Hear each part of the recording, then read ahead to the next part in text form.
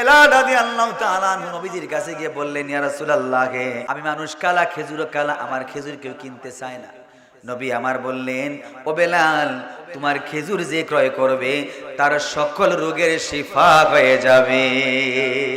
Ajwa খেজুর, কালো খেজুর, আজওয়া মক্কা মদিনা অনেক দামে পাওয়া যায়। এই আজওয়া খেজুরের ফজিলত নবী বলেছেন এটা সকল রোগের শিফা। সাদ রাদিয়াল্লাহু তাআলা বললেন, ইয়া রাসূলুল্লাহ, এখানে ব্যথা করে, কি করব? নবী বললেন, দেখি তো। তিনি হাত দিয়ে টাচ করলেন, দেখলেন যে সত্যি ওনার একটা সমস্যা।